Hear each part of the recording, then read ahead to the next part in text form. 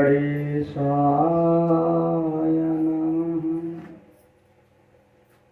हरिः ओम श्री सद्गुरुदेवाय नमः। गुरुर्ब्रह्मा गुरुर्विष्णु गुरुर्देवो महेश्वर गुरुर्साक्षात् परब्रह्म तस्मै श्री गुरवे नमः। अखण्डमण्डलाकारं व्याप्तमयेन चराचरं तत्पदं दर्शितं येन तस्मै श्री गुरवे नमः। अखंड मंडलाकारं व्याप्तमयेन चराचरं तत्पदं दर्शितं येन तस्मै श्री गुरवे नमः। तीन लोक नौ खंड में गुरु से बड़ा न कोई, करता ना कुछ कर सके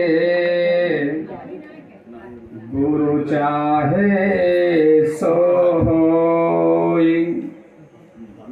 सब धरती कागज करूं लेखन सब बनराज, सात समुंदर मसी करूं गुरु गुण लिखा न जाय। हरिः शरणं हरिः शरणं हरिः शरणं हरिः शरणं। यही एक मंत्र है प्यारा, हरिः शरणं हरिः शरणं हरिः शरणं हरिः शरणं। आइए कथा में प्रवेश करने से पूर्व मन और वाणी को पवित्र करने के लिए कुछ क्षण भगवान नाम संकीर्तन का आश्रय ग्रहण करें कि श्याम चंदा है श्याम चंदा है श्यामा चकोरी, बड़ी अच्छी है दोनों की जोड़ी। श्याम चंदा है श्यामा चकोरी, बड़ी अच्छी है दोनों की जोड़ी। श्याम चंदा है श्यामा चकोरी, बड़ी अच्छी है दोनों की जोड़ी। श्याम चंदा है श्यामा चकोरी, बड़ी अच्छी है दोनों की जोड़ी।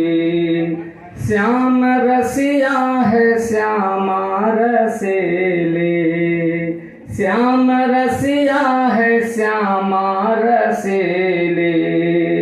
श्याम छलिया है श्यामा शर्मीली। कृष्ण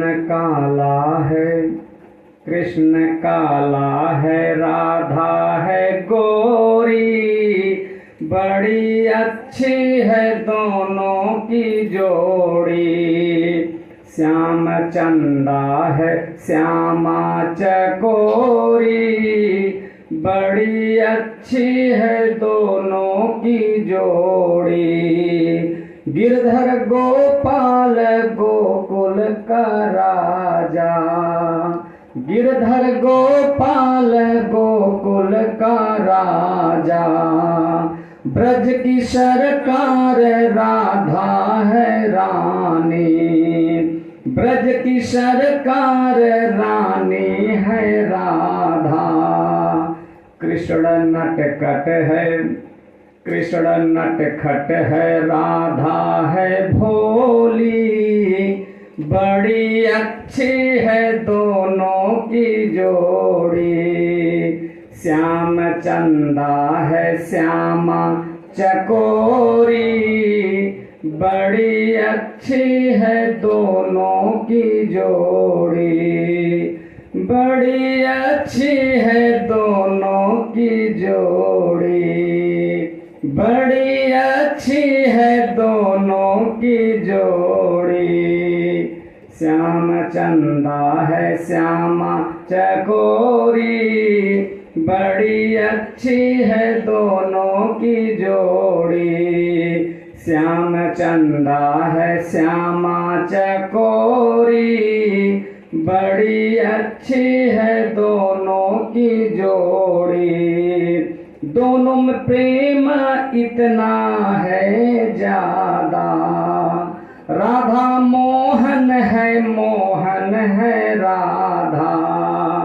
दोनों में प्रेम है इतना ज्यादा, राधा मोहन है राधा। कृष्ण भौरा है राधा है भौरी, बड़ी अच्छी है दोनों की जोड़ी। श्याम चंदा है श्यामा चकोरी, बड़ी अच्छी है दोनों की जोड़ी। बड़ी अच्छी है दोनों की जोड़ी, बड़ी अच्छी है दोनों की जोड़ी। बोलिए सच्चिदानंद भगवान की, श्री गरुड़ पुराण की, वैकुंठनाथ भगवान की, गरुड़ महाराज की, सूत जी महाराज की, सौनक आदि ऋषियों की, ग्राम देवता की, स्थान देवता की, कुल देवता की, वास्तु देवता की, सब संतन की, सब भगतन की, सब श्रोतन की। नमः पार्वती पतये हर हर महादेव।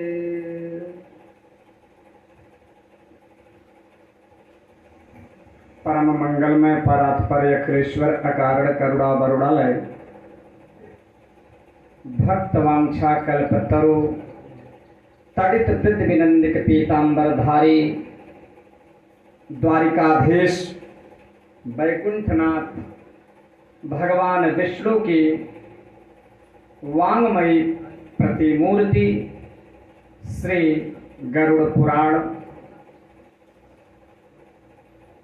गरुड़ पुराणस्य विश्राम दिवसे सप्तम दिवसे वा भवतां भवतीनां च हार्दं स्वागतम्। भगवान तव मंगलम कुर्यात्। प्यारे भगवत प्रेमियों, श्री गरुड़ पुराण कथा प्रेमियों, जैसे कि आप सभी को यह ज्ञात है, जनपद जौनपुर के औरैला नामक ग्राम में चल रही इस कथा का आज विश्राम दिवस है। विश्राम दिवस माने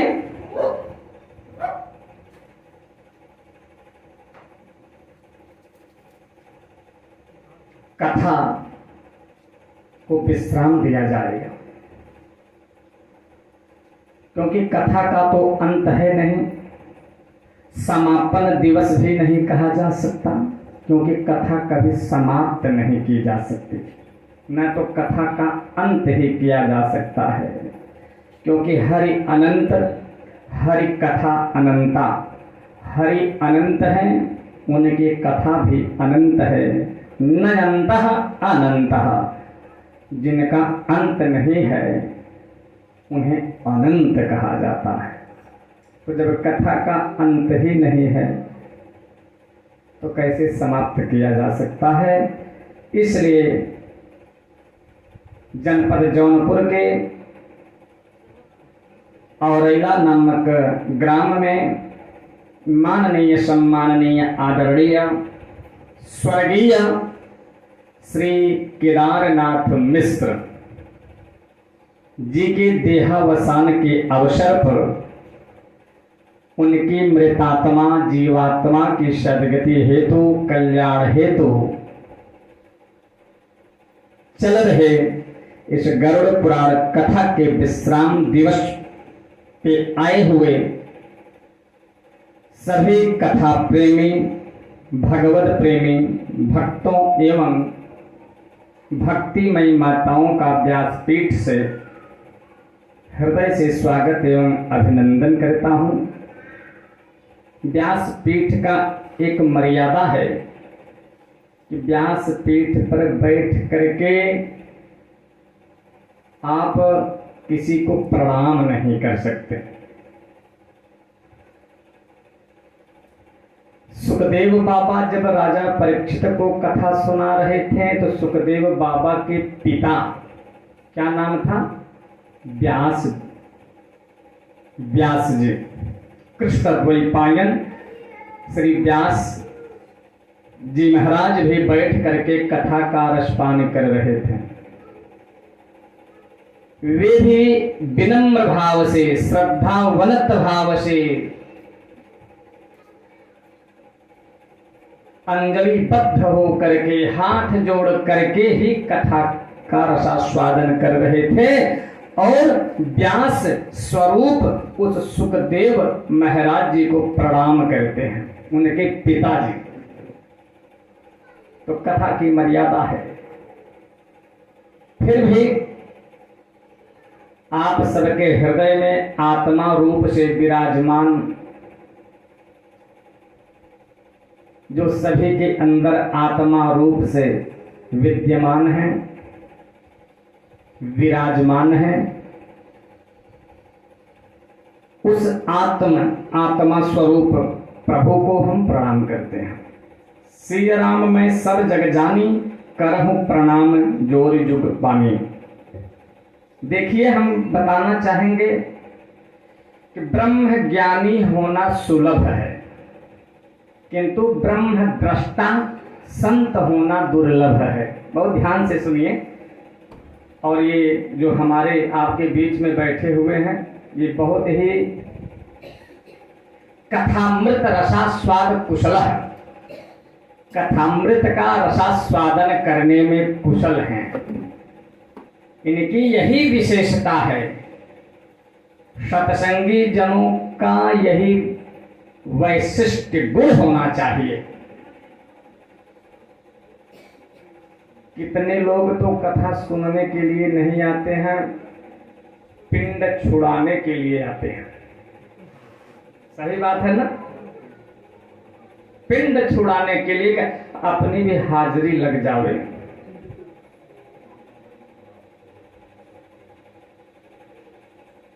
लेकिन माताओं को भी धन्यवाद देता हूं,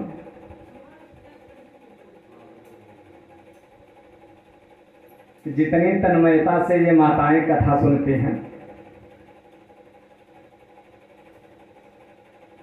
उतनी तन्मयता पुरुषों में नहीं रहता। धर्म के प्रति इनकी आस्था ज्यादा है, श्रद्धा ज्यादा है। इसीलिए धर्म पत्नी, पत्नी के पहले धर्म इनके साथ में जुड़ा हुआ है। नाम के आगे देवी शब्द जुड़ा हुआ है। सुनीता देवी, मनीषा देवी, संगीता देवी।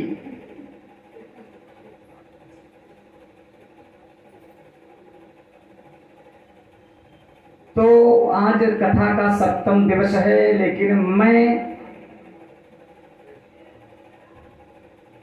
व्यासपीठ से सबको देखता हूं, सब पर हमारी दृष्टि रहती है। कौन कितनी तन्मयता से कथा का रसास्वादन कर रहा है। हम नाम तो नहीं जानते, लेकिन सामने बैठे हुए हैं जी। हरिलाल पटेल जी।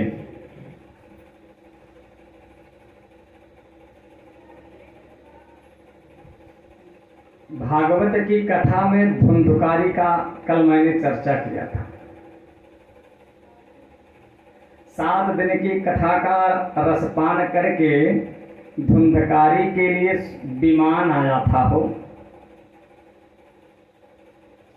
तो जिस अच्छा सिर्फ धुंधकारी के लिए ही विमान आया, सैकड़ों हजारों लाखों श्रोता कथा सुन रहे थे, उनके लिए विमान नहीं आया। जितना समय धुंधकारी ने दिया था उतना समय शेष श्रोताओं ने भी दिया था, लेकिन सिर्फ और सिर्फ जो विमान आया धुंधकारी के लिए। ऐसा क्यों? अन्य श्रोताओं ने प्रश्न किया गोकर्ण जी महाराज से कि जितना समय धुंधकारी ने दिया उतना समय हम सब ने दिया। हम सब ने भी 1 से लेके 5 बजे तक कथा का रसास्वादन किया, बराबर समय दिया। लेकिन ये पंक्ति भेद, ये भेदभाव क्यों कि विमान सिर्फ और सिर्फ धुंधकारी के लिए आया, हम लोगों के लिए नहीं आया? ये सही बात है कि आप सब ने बराबर समय दिया, कथा का श्रवण भी बराबर किया, लेकिन धुंधकारी जिस तन्मयता के साथ, भावुकता के साथ, रसिकता के साथ, पिपासापन के साथ कथा का श्रवण किया, उसी तन्मयता के साथ मनन किया और निधिध्यासन किया, तदाचरण किया। कथा का 3 सूत्र है, कान से श्रवणम और मन से मननम और निधिध्यासनम। जो हमने श्रवण किया उसका मनन करो और जीवन में चरितार्थ करो। तो श्रवण भेद था, श्रवण भेद के कारण समय बराबर दिए, लेकिन श्रवण भेद में अंतर है। कौन किस विधि से कितना श्रवण कर रहा है। तो श्रवण का भेद होने के कारण फल में भेद हो गया। श्रवण भेद के कारण सज्जनों फल में भेद हो जाता है। तो भागवत की कथा में जिस तरह से धुंधकारी ने तन्मयता के साथ में कथा का रसास्वादन किया था, उसी तन्मयता के साथ में यहाँ पर हम देख रहे हैं 7 दिन से हरिलाल पटेल उसी तन्मयता के साथ में कथा का रसास्वादन कर रहे हैं। आप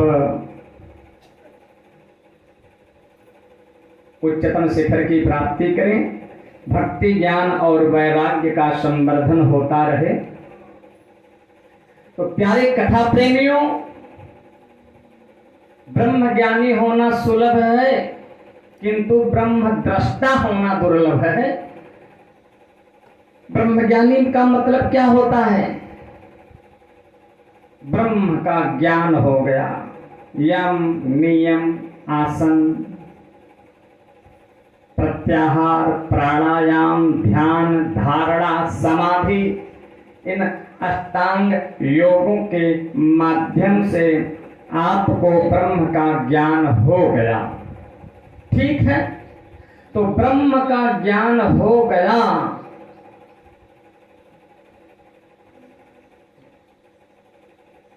तो ब्रह्म की सत्ता को स्वीकार आप कर लिए, ब्रह्म का ज्ञान भी आपको हो गया। लेकिन ब्रह्म ज्ञानी जो है सिर्फ अपना कल्याण कर सकता है,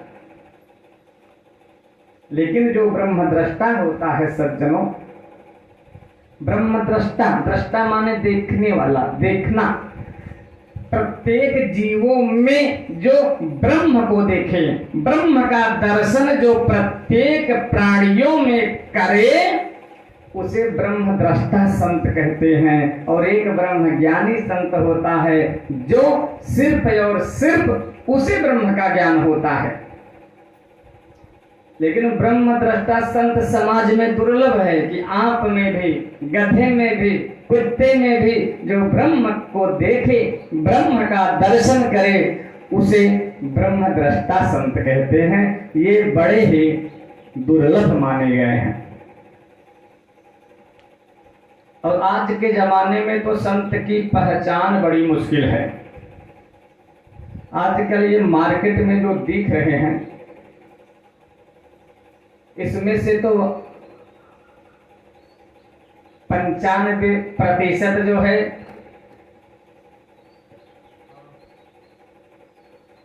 वो मजबूरी में बने हुए संत हैं। जैसे घर में होती खटपट, चल बाबा के मठ पर। जब घर में किसी प्रकार का खटपट होता है, जिम्मेदारियां सिर पे आती हैं, तो क्या कहते हैं, ज्यादा परेशान आप सब करेंगे, ज्यादा जिम्मेदारी देंगे तो हम मठ पे चले जाएंगे, बाबा बन जाएंगे। बोलिए गोविंद गोपाल भगवान की।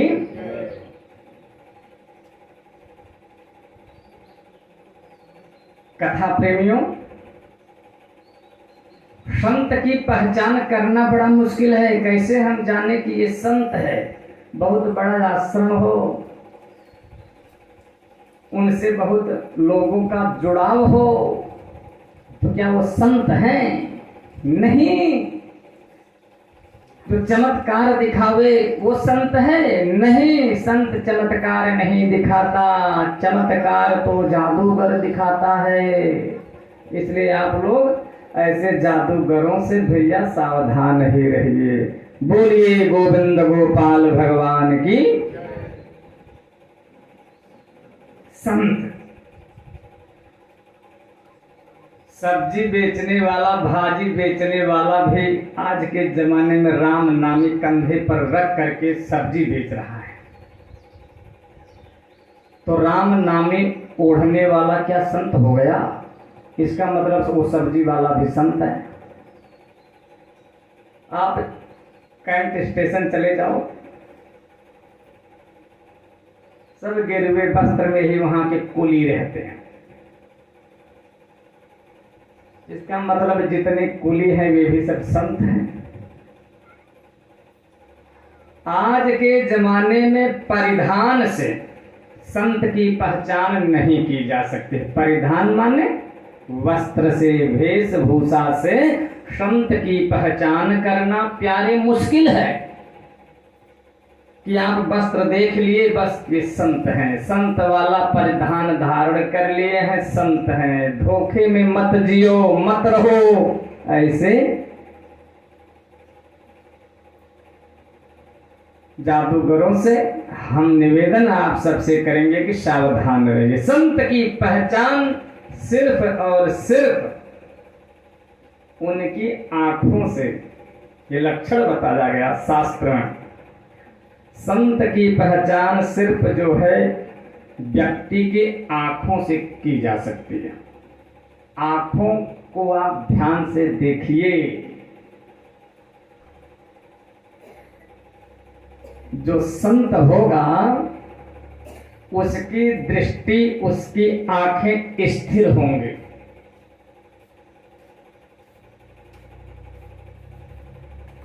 देखिए, पागल दो प्रकार का होता है।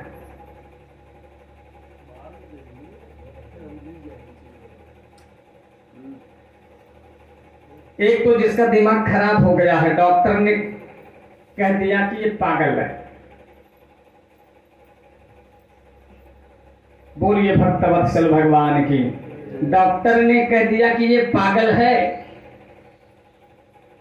मेंटली डिस्टर्ब हो गया है ये। एक तो वह भी पागल है और एक परमहंस रूपी पागल होता है। तो अब दोनों पागलों में अंतर क्या है? जो दिमाग से पागल है, जिसको डॉक्टर ने कह दिया हाँ ये पागल है, आप ध्यान से देखिए, उसकी आंखों में चंचलता रहेगी, आंखें उसकी स्थिर नहीं रहेंगी, टुकुर टुकुर चारों तरफ देखता रहता है वो पागल, स्थिर आंख नहीं रहती। और जो परमहंस रूपी पागल होता है, संत होते हैं, उनकी आंखों में स्थिरत्व होता है, स्थिर आंखें रहती हैं, चंचल युक्त नहीं रहते हैं। तो जिस व्यक्ति की आंखें स्थिर हों, चंचल युक्त न हो, समझिए वो संत है। और ज्यादा से ज्यादा और अच्छी अगर परिभाषा बताऊं तो संत जो है इस दुनिया को देखना ही नहीं चाहता है, इस बाजार से दूर ही रहना चाहता है। ये जो मार्केट दिख रहा है इससे दूर संत रहता है। और जो इस मार्केट को ले करके जी रहा हो, बल्कि अपना मार्केट और बढ़ा रहा हो, तो वह संत नहीं है। संत ज्यादा से ज्यादा उसकी दृष्टि नीचे की तरफ रहेगी, भूमि को देखेंगे, भूमि का दर्शन करेगा वो संत। और जहां भी देखेगा काफी समय तक उसकी आंखें वहीं पर स्थिर रहेंगी। ये एक सच्चे संत की पहचान बताई गई। परिधान चाहे जैसा हो, वेशभूषा चाहे जैसा हो, कोई आवश्यक नहीं है कि वो संत वाले परिधान में हो, संत वाले वेशभूषा में हो तभी संत है, नहीं। संत, साधु, ऋषि सब में अंतर है। साधु किसे कहते हैं? साधनोति पर कार्यम इति साधु, साधनोति पर कार्यम इति साधु, जो दूसरों का उपकार करे।